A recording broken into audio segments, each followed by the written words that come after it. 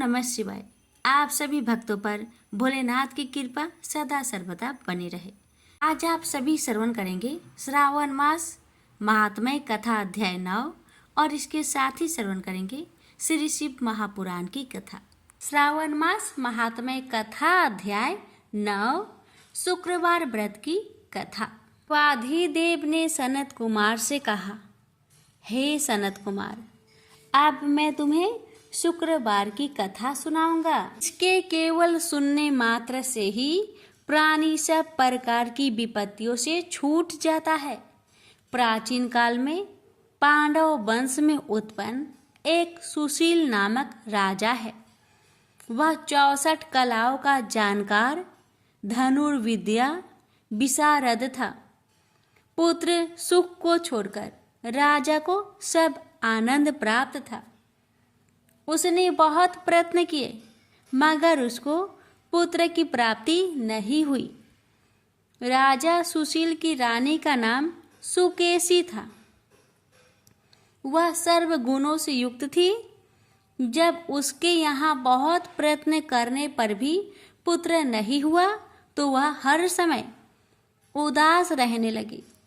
वह रानी स्त्री स्वभाव के कारण हर महीने कपड़ों को अपने उदर पर बांधकर पेट की वृद्धि करती थी। इस प्रकार साहस के कारण स्व प्रस्तुति के अनुसार केसी किसी गर्भणी को खोजती रही। संयोगवश उसने पुरोहित की पत्नी को देखा। उस समय वह रग भारती थी। कपटी रानी ने प्रसव के समय में दाई का कार्य करने वाली अन्य किसी स्त्री को इस काम के लिए नियुक्त किया। उस सूतिका को एकांत में बहुत सा धन दिया और अपने गर्भ के अनुसरण की सब बातें कह सुनाई।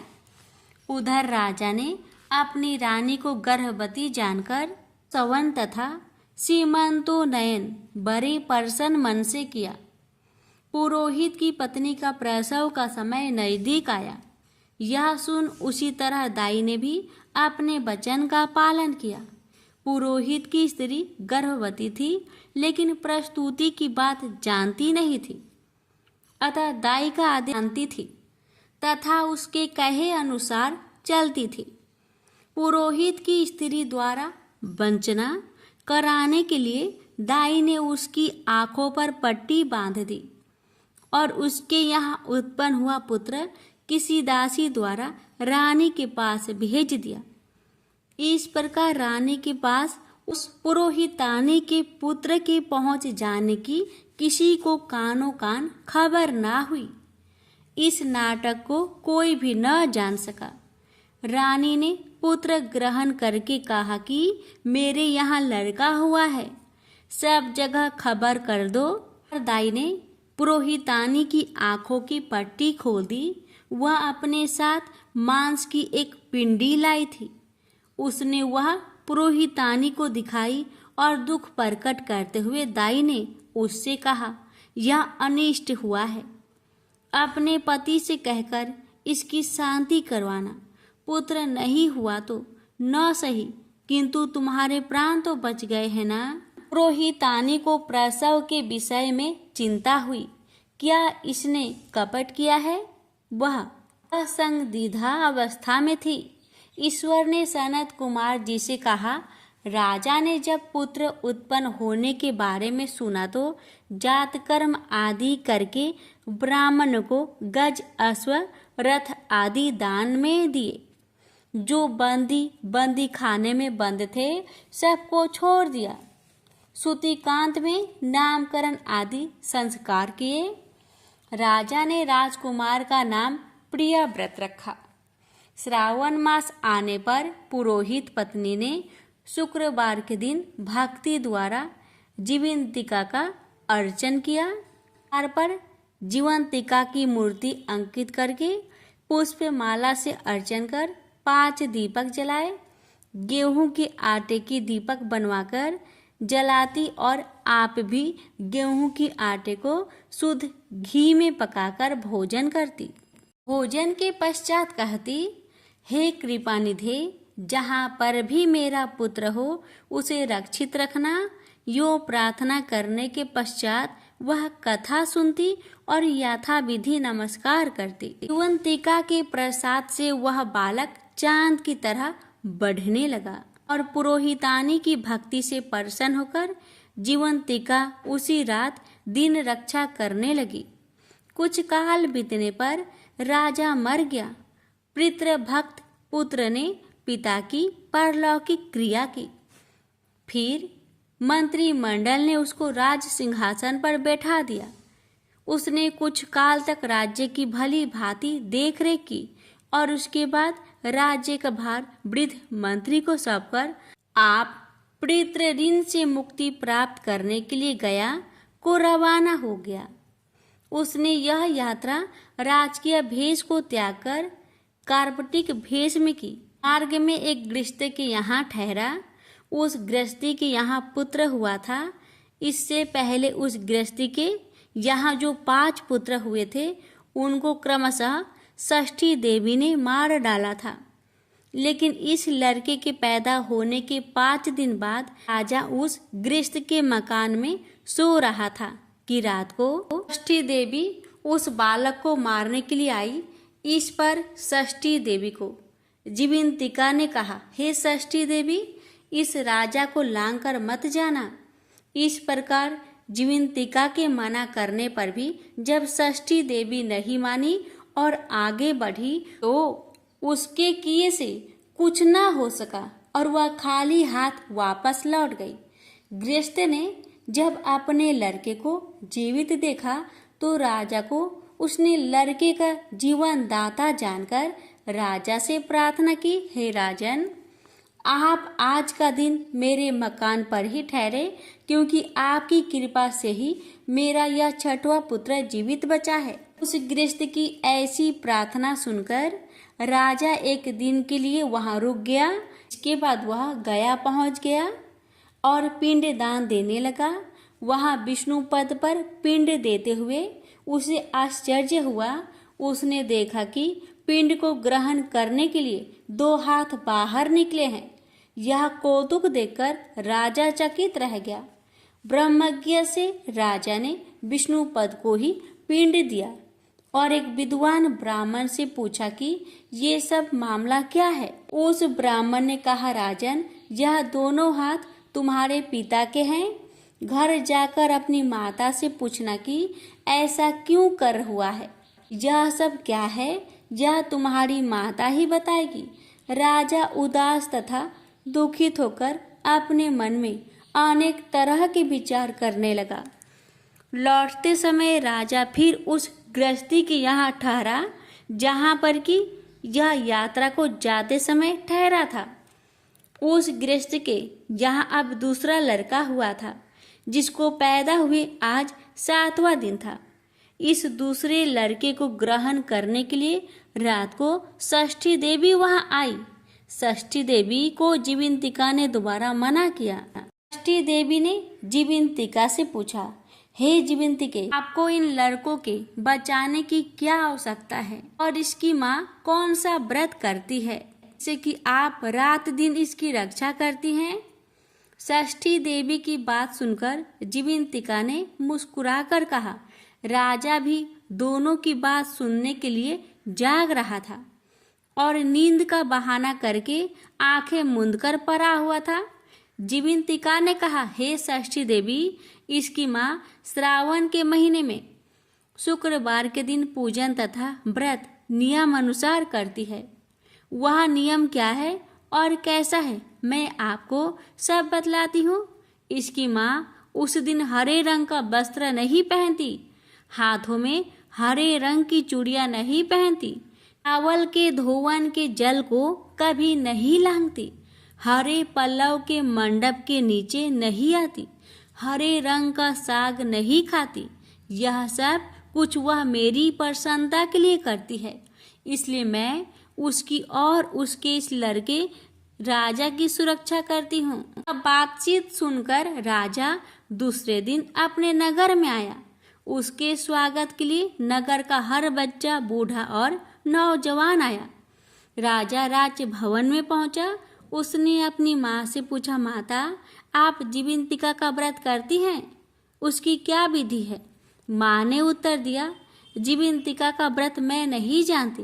राजा ने गया यात्रा का फल, पर्यार्थ ब्राह्मणों तथा सुहागिनियों को भोजन कराने की अभिलाषा प्रकट कर उन सुहागिनी तथा ब्राह्मणियों की यहाँ हरे वस्त्र की चूड़ियां छाट भिजवाए।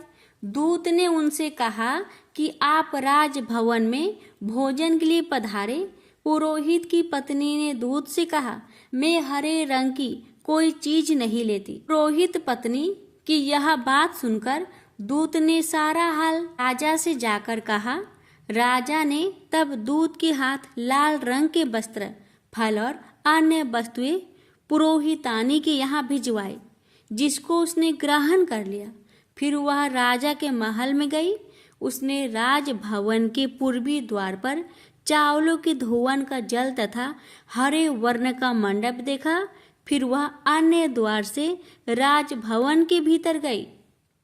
को देखकर राजा ने उसे नमस्कार किया और नियम के पालन करने का कारण पूछा। पुरोहितानी ने राजा को शुक्रवार के व्रत का कारण बतलाया। राजा को देखकर उस समय उसके स्तनों में दूध बहने लगा। उस दूध की धारा से राजा भली प्रकार सिंचित हो गया। दया जी से 2 हाथ निकलने में तथा मार्ग में गृहस्थी की यहाँ देवी से बातचीत और पुरोहितानी के स्तनों से दूध बहने के कारण राजा को पूर्व विश्वास हो गया कि यही मेरी माँ है। अब राजा अपनी प्रजा का पालन पोषण करने वाली माँ के पास गया और उससे कहा, माँ तुम डरो नहीं और मुझे मेरे जन्म का सही हाल बताओ। सुकेशनी ने उसे सारा हाल सही सही बता दिया। इस पर राजा ने अपनी असली जन्मदाता माता पिता के चरणों में नमस्कार किया और उनको बहुत सारा धन देकर माला माल कर दिया। एक दिन रात को राजा ने जीवंतिका से प्रार्थना की, हे जीवंतिका, मेरे जन्मदाता पिता तो मौजूद है, फिर गया में पानी से 2 हाथ किसके निकले थे? देवी ने राजा को स्वप्न में उत्तर दिया, राजन, मैंने केवल तुझे विश्वास दिलाने के लिए ऐसी माया की थी, इसमें संदेह मत करो। भगवान श्री सदाशिव ने श्री सनत कुमार जी से कहा, हे सनत कुमार, मैंने श्रावण के महीने में शुक्रवार का व्रत करने का महात्म्य तुमसे कहा है। इस व्रत के करने से मनुष्य की सभी इच्छाएं पूर्ण हो जाती है। प्रेम से बोलिए हर हर महादेव। ब्रह्मा जी बोले, विष्णु जी की स्तुति से प्रसन्न हो महेश्वर प्रकट हो गए। उनके 5 मुख 3 नेत्र थे और उनके ललाट पर चंद्रमा, सिर पर जटा विराजमान थी तथा जो गौरवर्ण विशाल नेत्र, सर्वज्ञ भस्म लपेटे 10 भुजा वाले, नीलकंठ, सब भूषणों से भूषित, स्वर्गीय सुंदर, मस्तक पर भस्म का त्रिपुंड लगाए हुए थे। जब मैंने और विष्णु ने उन्हें देखा तो सुंदर वाणियों से फिर उनकी स्तुति करना आरंभ कर दिया। तब उन करुणाकर महेश ने अपने श्वास से विष्णु के लिए वेदों का ज्ञान दे दिया। उसी समय उन परमात्मा ने मुझे भी ज्ञान दिया। फिर विष्णु जी ने पूछा कि हे देव, आप किस प्रकार प्रसन्न होते हैं तथा किस प्रकार में आपका पूजन और ध्यान करूं जिससे आप बस में हो जाए। हे महादेव जी, हम दोनों ही आपकी आज्ञा में रत है, कहिए हम क्या करें। हे शंकर जी, मैं सदैव आज्ञा देते रहिए। यह सुनकर महादेव जी बहुत प्रसन्न हुए और बोले कि हे श्रेष्ठ देवो, मैं तुम दोनों की भक्ति देखकर बहुत प्रसन्न हूँ। किसी बात की चिंता ना करना, मेरा लिंग सदा पूज्य और ध्यान करने योग्य है। इस समय जैसा दिखाई देता है वैसा ही करना योग्य है। जैसे मैं इस समय लिंग रूप से पूजित हुआ और तुम लोगों का दुख दूर हुआ, उसी प्रकार दुखी प्राणी मुझे लिंग रूप से पूजकर अपना दुख दूर कर सकते हैं। कैसा भी दुख हो, मेरे लिंग पूजन से नाश होगा। मैं अनेक प्रकार के फलों और सब मनोरथ का देने वाला हूँ। तुम दोनों ही मेरे दाएं बाएं अंग से उत्पन्न हुए हो। ब्रह्मा दाएं से और तुम बाएं से उत्पन्न हुए हो। मैं तुम दोनों पर प्रसन्न हूं। अब तुम मेरी पार्थिव मूर्ति बनाकर मेरी सेवा करो, इससे तुम्हें सुख प्राप्त होगा। अब मेरी आज्ञा है कि तुम और ब्रह्मा चराचर का पालन करो। ऐसा कहा उन प्रभु ने हमें अपनी पूजा का वह शुभ विधान बतला दिया, जिसके द्वारा पूजित होने पर शिव जी अनेक प्रकार के फलों को देते हैं। तब विष्णु जी हाथ जोड़कर शिव जी से बोले कि यदि आप हम पर प्रसन्न हैं और वर देना चाहते हैं तो हमें अपनी अटल भक्ति दीजिए। इसी रूप में हम दोनों की सहायता करें। हे देव, अच्छा हुआ कि आपने प्रकट होकर हम दोनों को शांत किया। ऐसा कह विष्णु जी हाथ जोड़े और सिर झुकाए खड़े थे। तब शिव जी बोले, मैं अगुण भी हूँ और सगुण भी हूँ। इसी से सृष्टि की रक्षा और संहार भी मैं ही करता हूँ, क्योंकि मैं पर ब्रह्मा, निर्विकारी और सच्चिदानंद लक्षणों वाला हूँ।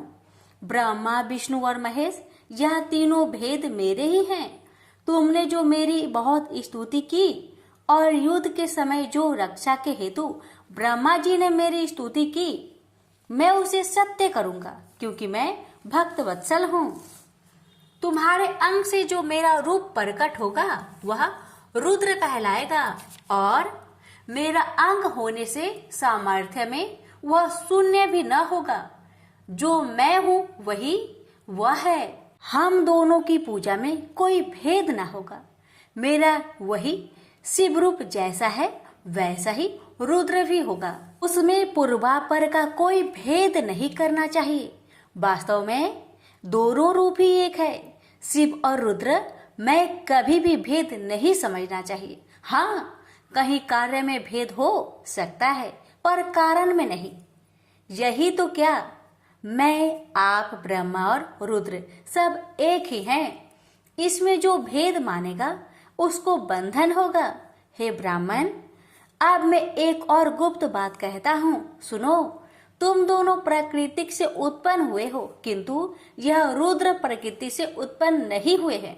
मैं रुद्र रूप से अपनी इच्छा से ही ब्रह्मा की भाव से उत्पन्न हुआ हूँ, परंतु मैं सनातन शिव स्वरूप, मूलभूत सत्य, ज्ञान और अनंत ही हूँ। इन तत्वों को जानकर सर्वदा मन से मेरा ध्यान करना योग है। और रुद्र में प्रकृति का तामस गुण जानना चाहिए, क्योंकि वह वैकारिक है, परंतु वास्तव में वह तामस नहीं है। अतएव हे ब्राह्मण, अब तुमको यह करना चाहिए कि तुम सृष्टि के कर्ता बनो, हरि भगवान सृष्टि के पालक बने, और यह जो मेरा अंश रुद्र है यह लय करने वाला होगा, तथा यह जो उमा नाम वाली परमेश्वरी प्राकृतिक देवी है, इसी की शक्ति बाघ देवी अर्थात सरस्वती ब्रह्मा की अर्धांगिनी होगी। और एक जो दूसरी शक्ति प्रकृति से उत्पन्न होगी वह लक्ष्मी रूप से सर्वदा विष्णु के आश्रय में रहेगी, और वही कभी काली नाम से मेरे अंश को प्राप्त होगी, और कार्य सिद्ध के लिए यह ज्योति से प्रकट होगी, तथा यह दोनों देवियां परम मंगलमयी शक्तियां कहलाएंगी, जिनका कार्य होगी क्रमशः सृष्टि, स्थिति और संहार। हे विष्णु, तुम मेरी इस मंगलमयी प्रकृति की अंश रूप लक्ष्मी को ग्रहण कर सारे कार्य को करो, और हे ब्रह्मा, तुम वाणी देवी को ग्रहण कर मेरी आज्ञा से सृष्टि का कार्य करो, और यह जो मेरी प्रिया काली है इसका आश्रय कर मैं रुद्र रूप में प्रलय के कार्य करूंगा, जिसमें चारों वर्ण वाले लोक की रचना होगी। इसके अतिरिक्त तुम और भी नाना प्रकार के कार्य को करके सुख को प्राप्त करो, जिसमें ज्ञान विज्ञान से युक्त लोकों का हित होगा। मेरे हृदय में विष्णु और विष्णु के हृदय में मैं स्थित हूँ। जो मुझ में और विष्णु में अंतर नहीं जानता वही मेरा सच्चा भक्त है। प्रेम से बोलिए उमापति शंकर भगवान की जय, श्री शिव महापुराण की जय। ब्रह्मा, विष्णु और रुद्र का आयु काल। परमेश्वर बोले, हे विष्णु, तुम्हारे संबंध में मेरी यह और भी आज्ञा है कि तुम सर्वदा सब लोकों में पूज्य और मान्य होगे। ब्रह्मा के बनाए लोकों में कभी दुख उत्पन्न होगा तो तुम ही उसे नष्ट करने को तत्पर होंगे, और मैं तुम्हारी सब कार्यों में सहायता करूंगा। मैं तुम्हारे कठिन से कठिन शत्रुओं को मारूंगा। तुम अनेक अवतार धारण कर जीवों का कल्याण कर अपनी कृति का विस्तार करोगे। तुम में और रुद्र में कोई भेद न होगा। यदि कोई रुद्र भक्त तुम्हारी निंदा करेगा तो उसके समस्त पुण्य शीघ्र ही नष्ट हो जाएंगे। तुम में निग्रह अर्थात बंधन और अनुग्रह अर्थात कृपा करने की सामर्थ्य होगी, हे नारद। ऐसा कहकर मुझ ब्रह्मा का हाथ विष्णु के माथे पर धर कर शिव जी ने कहा कि तुम सर्वदा इनके दुख में सहायता करना। तुम सबके अध्यक्ष और भुक्ति मुक्ति देने वाले हो। तुम सब कार्यों के साधक और सबके प्राण रूप होंगे।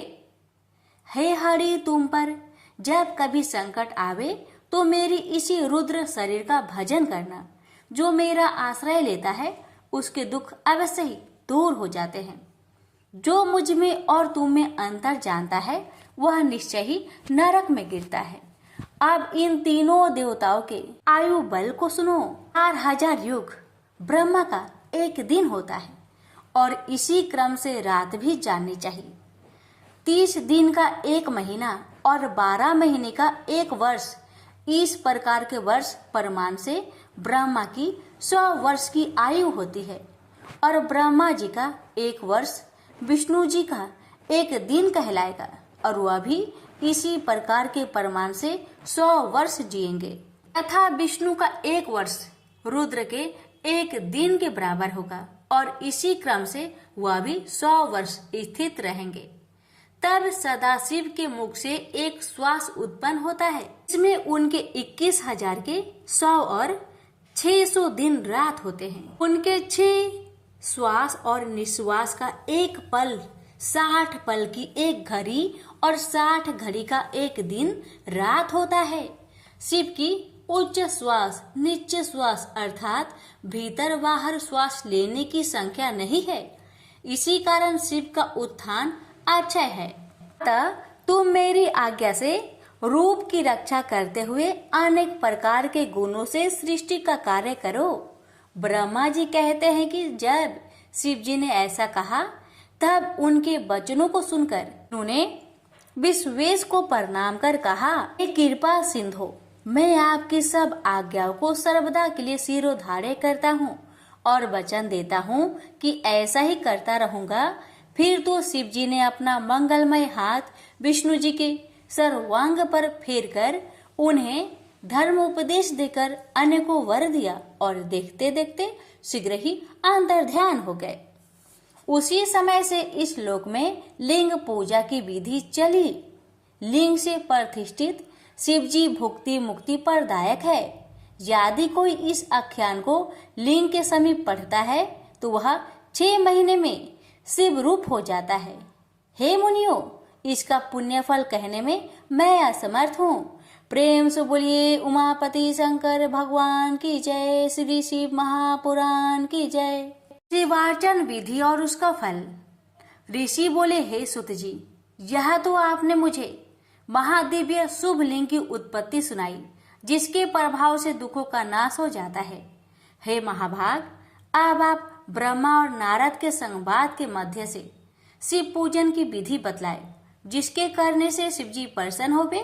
ब्राह्मण, क्षत्रिय, वैश्य और क्षुद्र चारों वर्णों को शिव जी की पूजा का जो अधिकार है उसका क्या क्रम है, व्यास जी ने जैसे आपको बतलाया हो उसे मुझसे कहिए। सूत जी बोले, हे मुनीश्वर, जैसा आपने पूछा है ऐसा ही पहले श्री व्यास जी ने सनत कुमार जी से पूछा था और जिसे उपमन्यु ने सुना था उसी को फिर व्यास जी ने मुझे पढ़ाया और उपमन्यु ने श्री कृष्ण से सुना। तब जिसे सबसे पहले ब्रह्मा जी ने ही कहा है वही सब मैं ब्रह्मा नारद संवाद के रूप में आपसे कहता हूँ। ब्रह्मा जी बोले, हे नारद, अब मैं तुम्हें लिंग पूजन संक्षेप में कहता हूँ, ध्यान देकर सुनो। यदि विस्तार से कहूँ तो सैकड़ों वर्षों में भी संपूर्ण नहीं होगा। शिव जी की पूजा परम शक्ति से करनी चाहिए। इसके करने से सारे अनिष्टों का नाश हो जाता है। मनुष्य को संतान सुख की प्राप्ति होती है। चारों वर्णों को सब कर्मों और अर्थों की सिद्धि के लिए शिव जी की पूजा करनी चाहिए। प्रातःकाल ब्रह्म मुहूर्त में उठकर गुरुदेव और शिव जी का स्मरण करता हुआ सब तीर्थों का स्मरण करे और हरि भगवान का ध्यान करे। साथ ही मेरा और देवताओं तथा मुनियों का भी ध्यान करे। फिर शिव स्रोत का पाठ करे और तब उठकर मल त्याग के लिए दक्षिण दिशा को जावे। वहां एकांत में मल त्याग करे और ब्राह्मण हो तो शुद्धि के लिए 5 बार हाथ धोए, क्षत्रिय 4 बार, वैश्य 3 बार और शूद्र 2 बार हाथ धोए। गुदा और लिंग में 1 बार, बाएं हाथ में 10 बार, फिर दोनों हाथों में 7 बार मिट्टी लगाए। इसी प्रकार दोनों पैरों में 3 बार लगाकर फिर 3 बार हाथ में लगाए। स्त्रियों को क्षुद्र की भांति मिट्टी लेकर हाथ पैर धोना चाहिए। फिर अपने वर्ण के अनुसार दातुन करे। दातुन के लिए ब्राह्मण 12 अंगुल की, क्षत्रिय 11 अंगुल की, वैश्य 10 अंगुल की और क्षुद्र 9 अंगुल की दातुन करे।